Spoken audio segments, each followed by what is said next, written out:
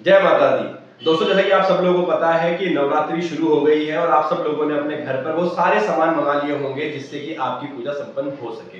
दोस्तों, आज की हमारी इस वीडियो में हम बात करने वाले हैं नवरात्रि से रिलेटेड वो तमाम शब्द जो अभी तक आप लोगों को हिंदी में पता थे, अब वो आप लोगों को इंग्लिश में पता होंगे। जैसे नवरात्रि को क्या कहते हैं हम, कलश को क्या कहते हैं, कमंडल को क्या कहते हैं, पूजा सामग्री जो होती है उनको क्या कहते हैं। तमाम जो बातें होंगी हमारी वो सारी आज आप इंग्लिश में सीखने वाले हो मेरी इस वीडियो में। तो वीडियो को स्किप नहीं करना है, वीडियो को एंड तक जरूर देखना ताकि वो आपको सारे के सारे वर्ड, शुभ अशुभ मुहूर्त, ये सारे वर्ड जो होते हैं ना, जो आप डेली इस्तेमाल करते हो, उनका आपको इंग्लिश में मीनिंग पता चल जाएगा, जिससे कि नेक्स्ट टाइम अगर कभी भी आपको नवरात्रि से रिलेटेड कोई बात करनी होगी तो आप उनके लिए प्रॉपर इंग्लिश वर्ड यूज कर सकते हो if you writing any story related Navratri. तो आज की हमारी वीडियो में यही करने वाले हैं हम। आइए वीडियो को आगे बढ़ाते हैं, but before that I would like to make a request that if you are new on my channel और if you have not subscribed my channel yet, so please subscribe my channel and don't forget to hit the bell icon so that you never miss any notification from our channel।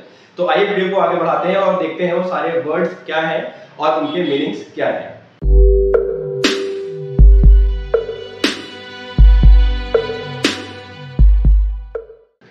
तो दोस्तों, जैसा कि आप screen पे देख सकते हैं, यहाँ पर हमारे वर्ड्स लिखे हुए हैं। ये सिर्फ एक ही नहीं है, इसके बाद एक और भी है स्लाइड जिसमें आपको और भी बहुत सारे वर्ड्स देखने को मिलेंगे। तो हम सारे जो वर्ड्स हम इस्तेमाल करते हैं नवरात्रि से रिलेटेड, सबकी हम यहाँ पर आज बात करने वाले हैं। पहले तो हम शुरू करते हैं हेल गॉडेस। हेल गॉडेस का मतलब होता है जय माता दी। नवरात्रि के दिनों में या वैसे भी आम बोलचाल में हमेशा लोगों को जय माता दी करते हैं। तो जय माता दी का मतलब होता है हेल गॉडेस। जय माता दी का मतलब हो गया हेल गॉडेस। जब हम प्रसाद की बात करते हैं तो उसको हम बोलते हैं ऑफरिंग्स।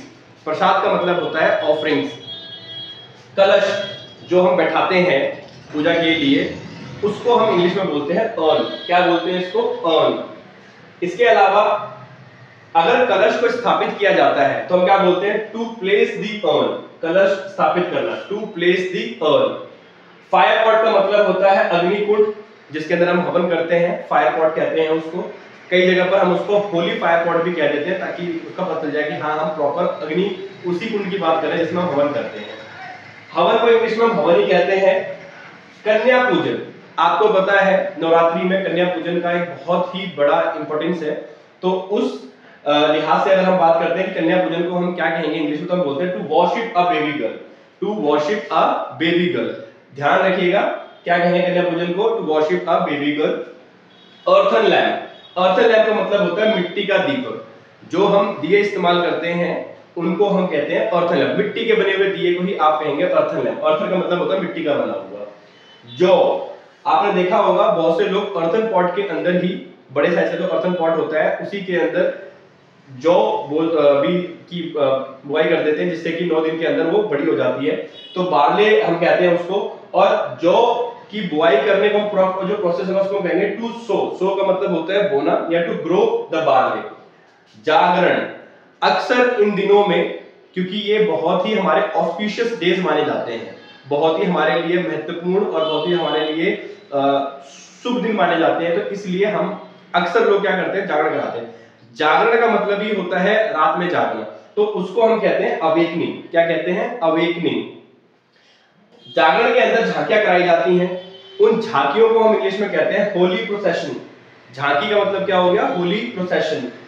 भोग, भोग का मतलब जो भी चीज हम भगवान के लिए बना रहे हैं लोगों को बांटने के लिए भंडारे में, वो हम सबसे पहले भगवान को भोग चढ़ाते हैं।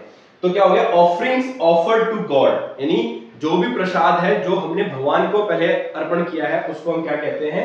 Offerings offered to God. एक चीज और, भंडारा जो होता है हमारा, भंडारे को इंग्लिश में हम बोलते हैं public feast. Public feast. Feast का मतलब होता है दावत, और पब्लिक फीस्ट मतलब लोगों के लिए। यहाँ पर किसी को हम पर्टिकुलर बुला नहीं रहे हैं कि क्या हमारे घर में, क्योंकि हमने कोई पार्टी नहीं दी है।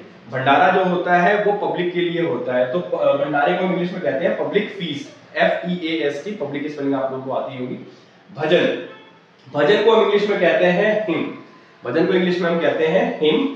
चुनरी, जो आपने देखा होगा माता को चढ़ाई जाती है चुनरी, उसको हम बोलते हैं होली स्टोन। स्टोन का मतलब ऐसे भी चुन्नी होता है, लेकिन जो चुनरी अगर हम बात करते हैं, चुनरी है जो माता को चढ़ाते हैं उसको हम कहते हैं होली स्टोन।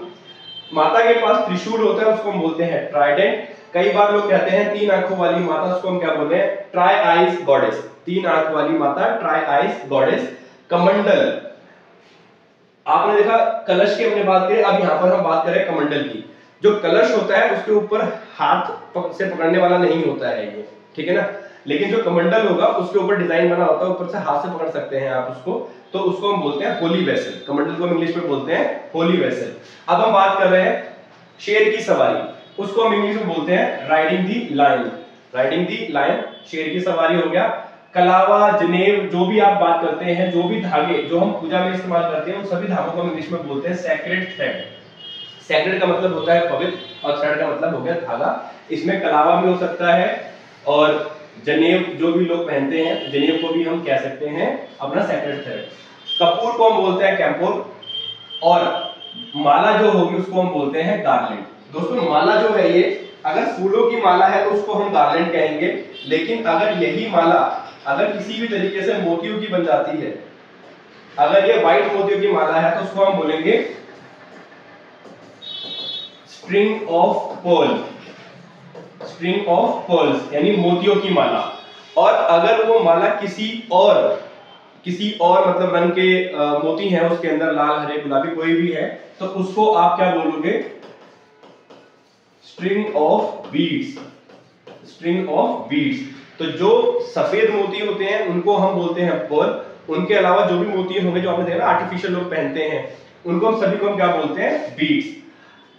अब यहां पर आता है बाती। आपने देखा ना जो जोत बाती होती है हमारी, ज्योति के लिए जो हम इस्तेमाल करते हैं, उसको हम बोलते हैं होली विक। विक का मतलब ही होता है बाती, और होली विक मतलब पवित्र बाती। 9 ऑस्पिशियस नाइट्स का मतलब हो गया नवरात्रि। 9 ऑस्पिशियस नाइट्स यानी 9 शुभ रातें जो होती हैं उनको हम बोलते हैं क्या? नवरात्रि। नेक्टर का मतलब होता है अमृत, और जो रोली होती है जिसका हम तिलक लगाते हैं उसको हम बोलते हैं होली पाउडर। तिलक को हम इंग्लिश में तिलक ही बोलेंगे, तिलक का कोई इंग्लिश मीनिंग नहीं है, तिलक को हम इंग्लिश में तिलक ही कहते हैं। साल्वेशन का मतलब होता है मोक्ष या मुक्ति। बोलते हैं ना कि उसको मोक्ष नहीं मिला, उसको मुक्ति नहीं मिली जीवन से अपने, तो उसको हम क्या बोलते हैं? साल्वेशन। गंगा जल को हम कहते हैं होली वाटर। और किसी भी पूजा का खंडित हो जाना, खंडित होने का मतलब होता है फ्रेगमेंटेड। खंडित का मतलब क्या होता है? किसी भी तरीके से किसी चीज को, जैसे हम पूजा पाठ करते हैं, किसी भी तरीके से अगर खंडित हो जाती है तो उसको हम बोलते हैं फ्रेगमेंटेड, खंडित होना। शुभ अशुभ, ओमेन का मतलब होता है शुभ, और ओमिनस का मतलब होता है अशुभ। तो ओमेन का मतलब हो गया शुभ, और ओमिनस का मतलब हो गया अशुभ, ठीक है ना। पिलग्रिम का मतलब होता है तीर्थयात्री, और वुड एप्पल लीफ का मतलब होता है बेलपत्र।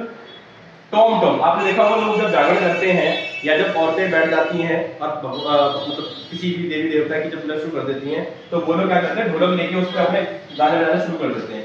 तो ढोलक को हम इंग्लिश में बोलते हैं टॉम टॉम। ये पूरा एक वर्ड है टॉम टॉम। अब वो आवाहन करते हैं कि भाई बुलाते हैं कि माता आ जाओ, माता आ जाओ, माता आ जाओ, तो आवाहन को हम इंग्लिश में बोलते हैं चैंटिंग। चैंट का मतलब होता है जाप करना होता है, जपना हो गया भगवान का नाम याद करना, या आवाहन करना का मतलब ही हमारा चैंटिंग होता है। अब हम चलते हैं अपनी नेक्स्ट स्लाइड पे और समझते हैं कुछ और नए वर्ड्स नवरात्रि से रिलेटेड। तो दोस्तों अब हम आ चुके हैं अपनी सेकंड स्लाइड पर। सेकंड स्लाइड पर जो पहला वर्ड है हमारा वो है बेल। बेल का मतलब होता है घंटी, और दूसरा वर्ड है कॉन्च। कॉन्च का मतलब होता है शंख। शंख का मतलब तो आपको पता चल गया कि उसका मतलब कॉन्च होता है, लेकिन शंख बजाने का मतलब होता है टू ब्लो द कॉन्च, यानी शंख बजाना। ब्लो का मतलब फूंकना होता है, शंख फूंकना या शंख बजाना एक ही मतलब हो गया इसका, टू ब्लो द कॉन्च। इसके आगे हमारा भस्म करना। जैसे आपने सुना है कि माता ने भस्मासुर को भस्म कर दिया था, तो भस्म करने का मतलब क्या होता है इंग्लिश में? Turn into ashes. Turn into ashes, यहाँ पर एशेस करना है आपको। टर्न इनटू एशेस का मतलब हो गया राख बना देना, यानी उसको खाक कर देना, जला के भस्म कर देना। मंत्र को इंग्लिश में मंत्रा कहते हैं। मंत्र का जाप करना चैंटिंग मंत्रास हो गया। वध करना का मतलब होता है स्ले। असत्य पर सत्य की जीत, विक्ट्री ओवर अनट्रूथ, या इसी को आप कह सकते हो ट्रुथ विंस ओवर लाई। इस पूरे का मतलब हमारा ये है, ट्रुथ विंस ओवर लाई, ठीक है। नेक्स्ट है हमारा यहाँ पर वरदान देना, टू ब्लेस विद, वरदान देना। वरदान को वैसे इंग्लिश में हम बून भी कह सकते हैं, ठीक है ना। गुफा का मतलब होता है केव, और चरण पादुका आपने देखा होगा, गॉड गॉडेस, उनके पैरों में जो भी उन्होंने स्लीपर्स पहनी होती हैं, उनको हम बोलते हैं होली स्लीपर्स, या इसी को हम लोग गुड स्लीपर्स भी कहते हैं, जिसको हम खड़ाऊ कहते हैं, चरण पादुका आप कह सकते हो आप। भक्ति की शक्ति, पावर ऑफ डिवोशन। डिवोशन मतलब होता है भक्ति, भक्ति की शक्ति, पावर ऑफ डिवोशन।